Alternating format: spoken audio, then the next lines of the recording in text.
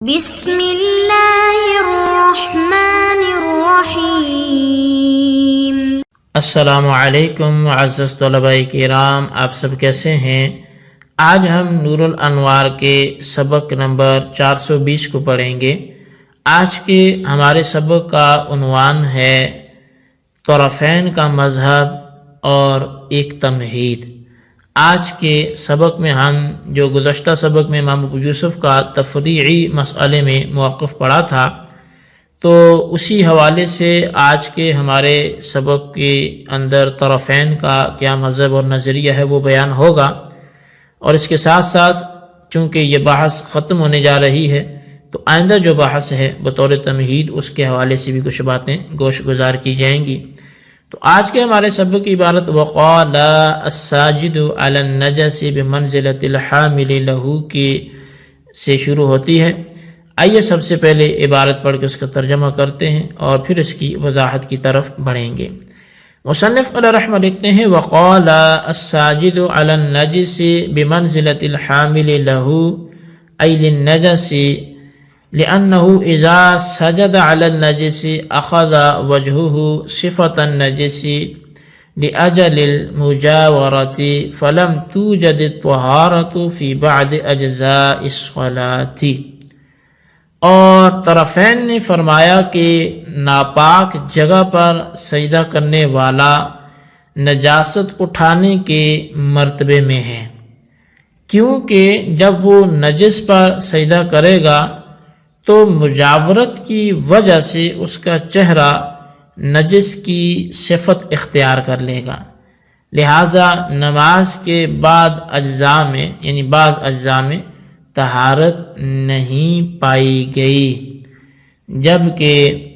والتطہیر عن حمل النجاسة فرض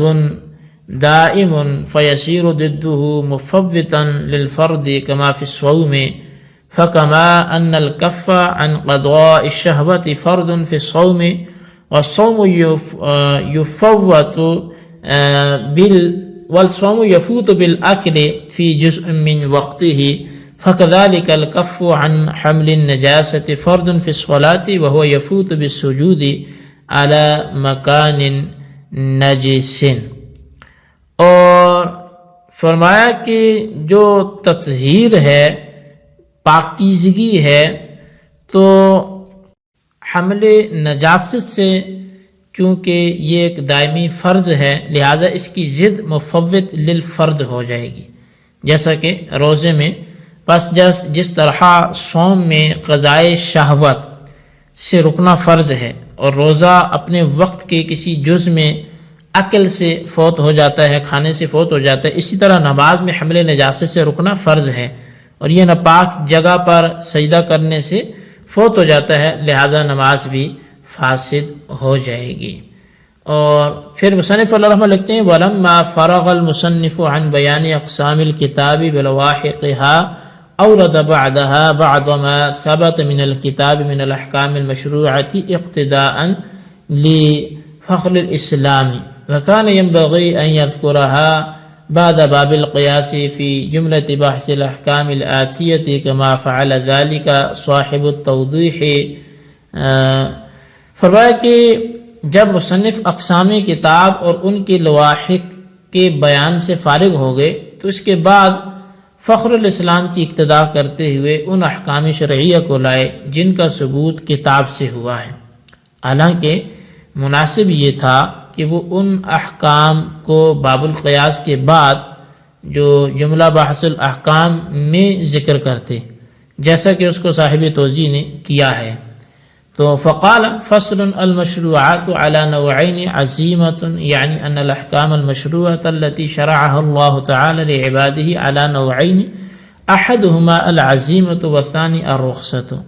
فالعزيمة وهي اسم لما هو أصل منها غير متعلق بالعوارض، يعني لم يكن شرعها باعتبار العوارض كما كان شرع الإفطار باعتبار المرض، بل يكون حكما أصليا من الله تعالى ابتداء، سواء كان متعلقا بالفعل كالمأمورات أو متعلقا بالترك كالمحرمات۔ تو چنانچہ مصنف علیہ الرحمہ نے فرمایا کہ فصل احکام مشروعہ جو ہے اس کے حوالے سے ہے، تو احکام مشروعہ دو قسموں پر تقسیم ہوتے ہیں۔ ایک عزیمت، یعنی وہ احکام مشروعہ جن کو اللہ تعالیٰ نے اپنے بندوں کے لیے مشروع کیا ہے، وہ دو قسموں پر مشتمل ہیں۔ نمبر ایک عزیمت ہے اور نمبر دو رخصت ہے۔ پس عزیمت اس چیز کا نام ہے جو احکام مشروعہ میں سے اصل ہے، عوارض کے ساتھ متعلق نہیں ہے، یعنی اس کو عوارض کے اعتبار سے مشروع نہیں کیا ہے، جیسا کہ افطار مرض کے اعتبار سے، افطار جو ہے وہ مرض کے اعتبار سے مشروع کیا گیا ہے، بلکہ شروع ہی سے اللہ تعالیٰ کی طرف سے حکم اصلی ہوا، اور حکم یہ جو ہے اصلی ہو، خواہ فعل سے متعلق ہو جیسے معمورات، یا ترک فعل سے متعلق ہو جیسے محرمات۔ جی طلبہ کرام، یہ تھی ہمارے آج کے سبق کی عبارت اور اس کا ترجمہ۔ آئیے اب اس کی وضاحت کی طرف بڑھتے ہیں۔ تو مصنف علیہ الرحمہ نے سب سے پہلے، چونکہ گزشتہ سبق میں ہم نے امام ابو یوسف کے نزدیک نظریہ پڑھا تھا، تو جس کا حاصل یہ تھا کہ ناپاک جگہ پر سجدہ کرنا امام ابو یوسف کے نزدیک مکروہ تھا، لیکن وہ مفسد صلاۃ نہیں تھا، کیونکہ جب اس نے پاک جگہ پر سجدہ کا اعادہ کر لیا تو اب یہ معمور بھی کو فوت کرنے والا نہیں ہوگا، اور جب معمور بھی کو فوت کرنے والا نہیں ہوگا تو معمور بھی کی ضد حرام نہیں ہوگی بلکہ مکروہ ہوگی۔ تو اب اسی حوالے سے طرفین کا کیا کہنا ہے؟ تو فرمایا کہ طرفین نے یہ کہا کہ ناپاک جگہ پر سجدہ کرنے والا ایسا ہے جیسا کہ نجاست کو اٹھانے والا شخص، کیونکہ جب مصلی نجس پر سجدہ کرے گا، ناپاکی پر سجدہ کرے گا،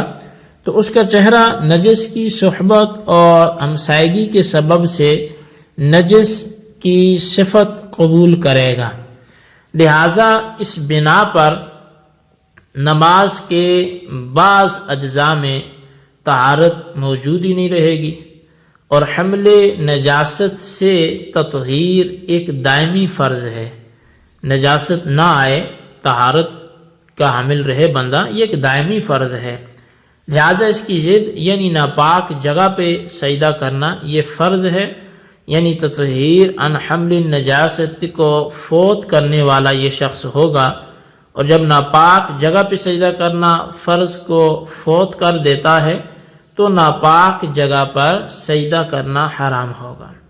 اور اس کی وجہ سے نماز فاسد ہو جائے گی۔ اور یہ ایسا ہے جیسا کہ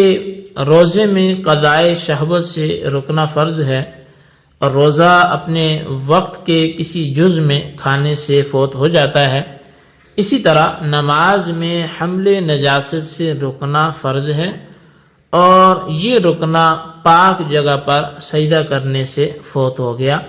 لہٰذا اس فرض کے فوت ہونے سے نماز فاسد ہو جائے گی۔ اچھا، یہاں تک تو مصنف علیہ الرحمہ نے سابقہ گفتگو کو مکمل کیا۔ اب مصنف علیہ الرحمہ جو ہے وہ ولما فرغ سے فرماتے ہیں کہ جب ماتن کتاب اللہ کی اقسام اور ان کے لواحق کے بیان سے فارغ ہو گئے، تو اب فخر الاسلام کی اتباع میں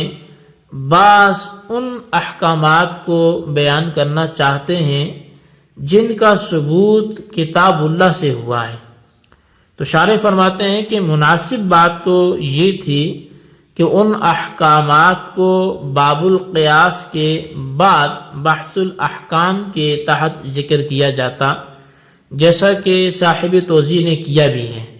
بہرحال ان کا حاصل یہ ہے کہ وہ احکام جن کو اللہ تعالیٰ نے اپنے بندوں کے لیے مشروع کیا ہے، ان کی دو قسمیں ہیں، ایک عزیمت ہے اور دوسری رخصت ہے۔ اچھا، عزیمت اس کا نام ہے جو احکام میں اصل ہو اور عوارض کے ساتھ متعلق نہ ہو، یعنی اس کو کسی عارض کی وجہ سے مشروع نہ کیا گیا ہو، جیسا کہ رمضان میں مرض کی وجہ سے افطار کو مشروع کیا گیا ہے۔ بس رمضان میں مرض کی وجہ سے افطار کا مشروع ہونا عزیمت نہیں ہوگا بلکہ رخصت ہوگا، بہرحال عظیمت وہ ہے جو ابتداءً ہی سے اللہ تعالیٰ کی جانب سے حکم اصلی ہو، خواہ اس کا تعلق فعل سے ہو جیسے مامورات، خواہ اس کا تعلق فعل سے عدم فعل سے ہو، ترک فعل سے ہو جیسے محرمات۔ اچھا، عظیمت کی اور بھی چند تعریفیں کی ہیں، جیسے عظیمت وہ حکم ہے جو ایسے طور پہ ثابت ہو جس میں دلیل شرعی کی مخالفت نہ ہو۔ اسی طرح عظیمت وہ ہے جس کی دلیل معنی سے سلامت ہو۔ اسی طرح عظیمت وہ ہے جو بندوں پر اللہ تعالیٰ کے واجب کرنے سے لازم ہو، جیسے عبادات خمسہ ہر ایک میں عظیمت کی تعریف کے برخلاف رخصت کی تعریف ہوگی۔ تو بہرحال یہ جتنی تعریفات کی ہیں تو اس کے برخلاف رخصت کی یعنی تعریف ہوگی۔ تو یہ مختلف گفتگو تھی جی، ہماری کچھ تمہیدی گفتگو تھی۔ آئندہ عظیمت کی اقسام کا ہم پھر ذکر سنیں گے، اس کی 4 اقسام بھی آئیں گی۔ تو دوسری قسم جو رخصت ہے اس پہ بھی ہم نے کلام کرنا ہے، عظیمت کا جو حکم ہے وہ بھی ہم نے سماعت کرنا ہے۔ تو لہذا یہ ہمارے آج کے سبق کی عبارت ترجمہ اس کی وضاحت تھی۔ آج تک کے لیے اتنا ہی کافی ہے، اس کو اچھی طرح سمجھیں، اس کے خلاصے کو اپنے رجسٹر پہ لکھیں، بالخصوص ان سوالات کے جوابات دیں۔ سوال نمبر 1 یہ ہے کہ امام ابو یوسف کے مخالف طرفین کا مذہب کیا تھا، تحریر کریں۔ اور سوال نمبر 2 یہ کہ عظیمت کی وہ تعریف جو صاحب کتاب نے کی ہے وہ کیا ہے، اس کو تحریر کریں، اس کا خلاصہ ضرور تحریر کریں۔ اللہ تبارک و تعالیٰ سے دعا ہے جو کچھ ہم نے پڑھا سنا اسے یاد رکھنے کی توفیق نصیب فرمائے، آمین بجاہ النبی الامین صلی اللہ علیہ وسلم۔